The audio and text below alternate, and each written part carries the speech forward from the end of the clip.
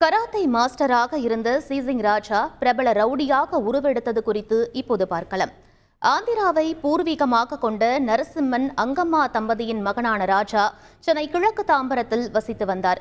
9ஆம் வகுப்பு வரை படித்த ராஜா கராத்தே மாஸ்டராக செயல்பட்டு நண்பர்களுக்காக அடிதடி போன்ற பிரச்சனைகளில் ஈடுபட்டுள்ளார். பின்னர் வாகன கடன் வழங்கும் தனியார் நிறுவனத்தில் பணியாற்றி கடனை திருப்பி செலுத்தாதவர்களின் வாகனங்களை அடாவடியாக பறிமுதல் செய்து சீசிங் ராஜா என்ற அடைமொழியோடு பெயர் பெற்றார். தாம்பரம் மார்க்கெட் பகுதியில் பிரபல ரவுடியுடன் தொடர்பு ஏற்படுத்திக் கொண்டு மாமூல் வசூல், ரியல் எஸ்டேட், கட்ட பஞ்சாயத்து என ரவுடி சாம்ராஜ்யத்திற்குள் காலடி வைத்தார். ஆந்திராவில் இரட்டை கொலை வழக்கில் முக்கிய நபராக கருதப்பட்ட சீசிங் ராஜா சென்னை மற்றும் ஆந்திராவில் கூலிப்படை தலைவனாக மாறினார்.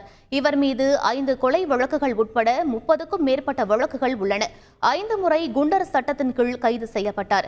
போலீஸ் நெருக்கடியால் ஆந்திராவில் தனது மனைவிகள் வீட்டில் பதுங்கியபடி சென்னையில் பல்வேறு குற்ற செயல்களில் ஈடுபட்டு வந்தார். கடந்த 2 ஆண்டுகளாக ரியல் எஸ்டேட் தொழிலிலும் கால் பதித்து ஆட்களை கடத்தி பணம் கேட்டு சீசிங் ராஜா மிரட்டி வந்ததாக போலீஸ் தரப்பில் தெரிவிக்கப்பட்டுள்ளது. செய்திகளை உடனுக்குடன் தெரிந்து கொள்ள உடனே சப்ஸ்கிரைப் பண்ணுங்க.